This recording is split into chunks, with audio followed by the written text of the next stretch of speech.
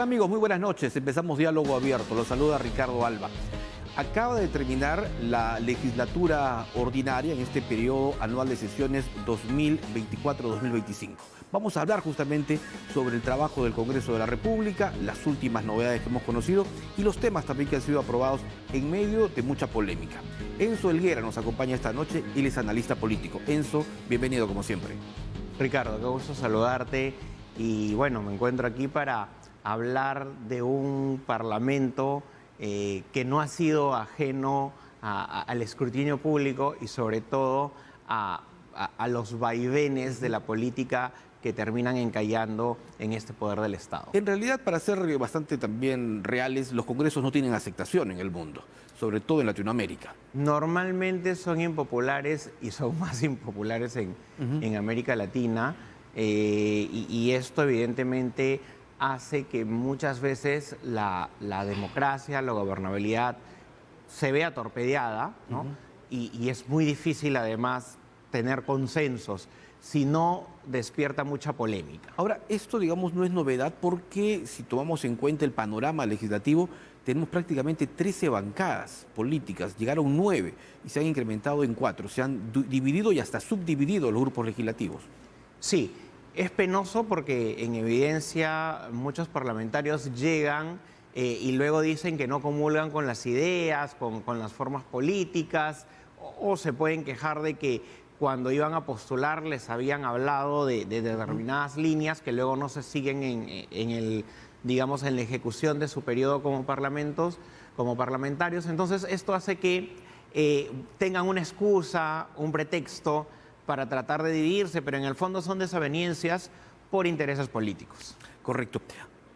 Haciendo un análisis de este Congreso que acaba de terminar, decíamos, la primera legislatura de este periodo anual de sesiones, ¿cómo lo calificarías? ¿Cómo lo evalúas? Si lo hago desde el punto de vista de la opinión pública, evidentemente estaría jalado.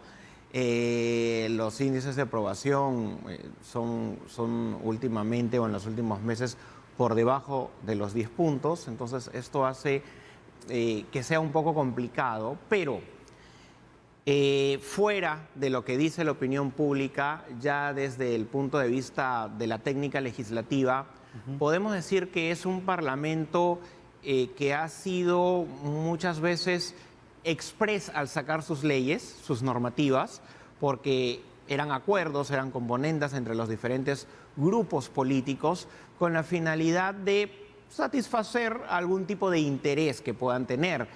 Y estas normas, estas leyes que han aprobado, no han tenido siquiera el tiempo de madurez, el tiempo de debate, la consulta, que era lo que ocurría en parlamentos, digamos, más maduros o de mayor preparación académica dentro de sus integrantes, en donde yo recuerdo que llamaban a la sociedad civil organizada, a los representantes, a los colegios profesionales, a todos los grupos formalmente de interés respecto del tema en el que se debatían. Pero ahora siento que si se va a debatir un tema, y muchas veces puede ser hasta de carácter científico o donde la ciencia tenga que aplicarse, ellos lo politizan con algún sector electoral que esté a favor o en contra, y se envían a hacer una serie de declaraciones en medios de comunicación y lo terminan aprobando para satisfacer populismo, pero no se consulta la academia, no se consulta la ciencia. Claro, populismo o apetitos políticos también. Pero esta última legislatura, y lo decía el diario El Comercio recientemente, Enzo, se ha caracterizado por las modificaciones electorales. Cerca de 140 artículos se han modificado de la legislación, cuando estamos prácticamente a ingresar ya a un año electoral. Sí, es imposible pensar en tantos cambios normativos. Estamos hablando que desfasamos las normas electorales de manera constante y no nos enfocamos en sacar quizás una norma completa que comprenda todos los aspectos electorales. Y esto es porque precisamente las ideas van surgiendo, los intereses van surgiendo, se agrupan los partidos políticos y ven qué cosas les conviene y qué cosas no. Así es el tema de financiamientos políticos, así es el tema de la reelección, combinado, por ejemplo, con el que no vayan los movimientos regionales. Así son muchos temas electorales que se van acomodando de acuerdo a los intereses de las mayorías y que les pueda facilitar cambiar las reglas del juego para beneficio en su mayoría de los partidos políticos representados en el Parlamento, y que por supuesto esto también puede ser un perjuicio para aquellos partidos políticos que no se encuentran con representación parlamentaria, porque obviamente vamos a desnivelar, digamos, el piso de carrera donde van a jugar. Correcto. Ahora, termina esta legislatura en medio de una denuncia muy grave, ¿no? La existencia de una presunta red de prostitución al interior del Congreso, un caso que realmente nunca se había generado en el Congreso. Sí, el tema, bueno, tiene todas las recetas de un escándalo político, ¿correcto? Sí sería bueno analizar con rigor los medios probatorios para llegar al fondo. Se hablan de muchas cosas, de hecho, hace poco, de hecho, hace algunos minutos acabo de leer que habría un cuarto secreto como parte dentro del Parlamento, ¿no? ¿Te refieres a un sótano? Sí, como a un sótano. Debajo de la presidencia. Así es, así es. Entonces, en teoría, si en algún momento esto se construyó, uno podría asumir que pueden ser para tener reuniones privadas, pero habría que ver qué clase de reuniones privadas han tenido. Entonces, como te digo, esto tiene todas las recetas de un escándalo, pero sí hay que hacer una investigación debida, correcta, para esclarecer los hechos y separar un poco el morbo de lo que realmente ocurrió, ¿no? Entonces, y eso por salud de la democracia también, ¿no? Porque de ser cierto, obviamente muchos parlamentarios van a tener que dejar esa manía de lavarse las manos y echarle la culpa al personal del Parlamento que trabaja, porque eso es lo que se suele ocurrir cada vez que hay una crisis, un escándalo. Siempre esto revienta por el lado de la pita más débil, ¿no? Que es el funcionario dentro del Parlamento. Entonces, creo que sí se debe investigar porque es un asunto de interés público, porque es importante llegar a la verdad y que además va a ser muy sano que se empiece a juzgar, a diferenciar a aquellos que hacen el bien del mal en la praxis parlamentaria y en la praxis política en general. Esta investigación tiene que ser muy prolija. Todos los elementos o todos los involucrados, hay una mujer, una ex asesora que ha muerto producto justamente de todo, parece ser una acción de un grupo de sicarios, pero además también el Ministerio Público, que ya inició las indagatorias, tendrá que recorrer todos los recovecos del Parlamento.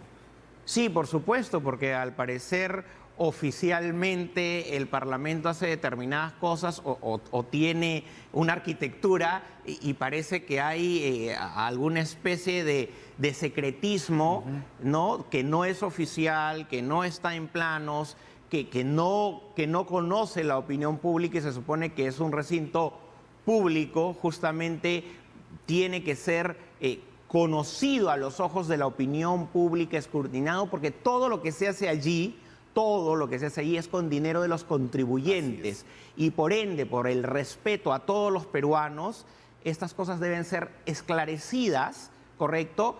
Reitero, sin quitándole el morbo, el amarillismo, para llegar realmente a lo que ocurrió con la evidencia que además a través de las cámaras, a través de una serie de recorridos de personas, de testigos y como lo mencionabas, del recorrido ya completo dentro del Parlamento, y espero sobre todo que se le den las facilidades a los investigadores o a las comisiones de investigación, tanto internas como externas, que se armen por lo que corresponde este tipo de situaciones, este tipo de delitos, este tipo de hechos que no deberían ocurrir, porque si nosotros dejamos que esto, digamos, sea permitido, entonces otro tipo de ajustes de cuentas de esta naturaleza van a despertar, obviamente, una desconfianza aún mayor de la que ya existe en nuestra clase política. Pero hay muchas suspicacias sobre el tema, ¿no? Hoy, por ejemplo, la portada de un diario es bastante dura, habla incluso ya de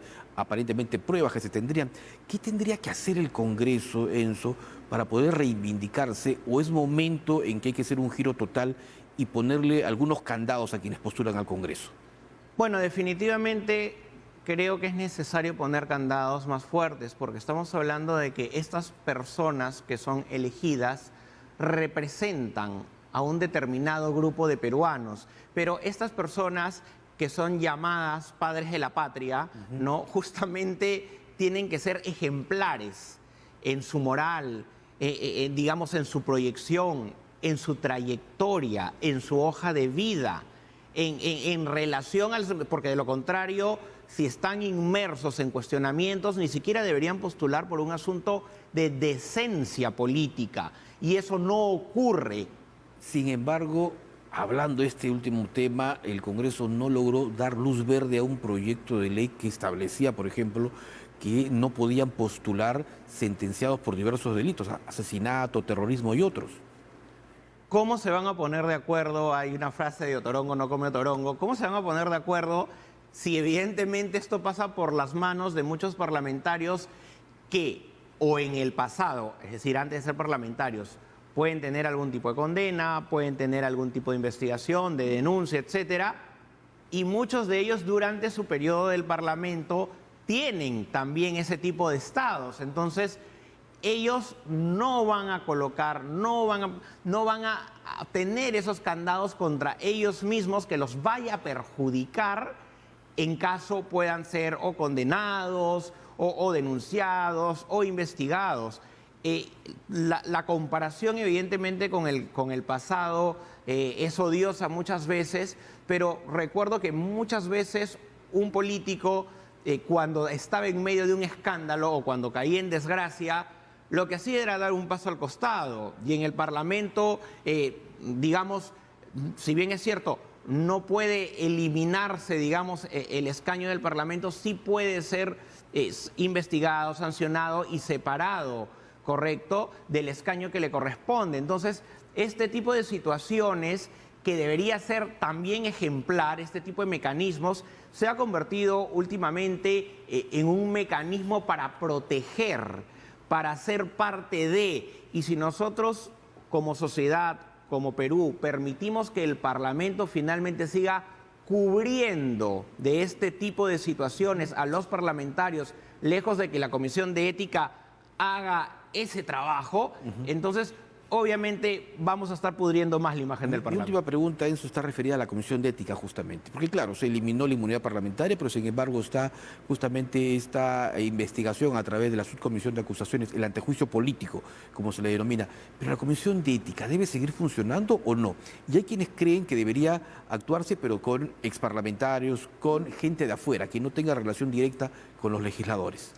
De hecho, sería lo idóneo, porque lo que hemos visto en la praxis parlamentaria, y no hablamos solo de este Parlamento, hablamos de parlamentos anteriores, últimamente ha sido que esto termina siendo un mecanismo muy probablemente de negociación de votos, ¿correcto?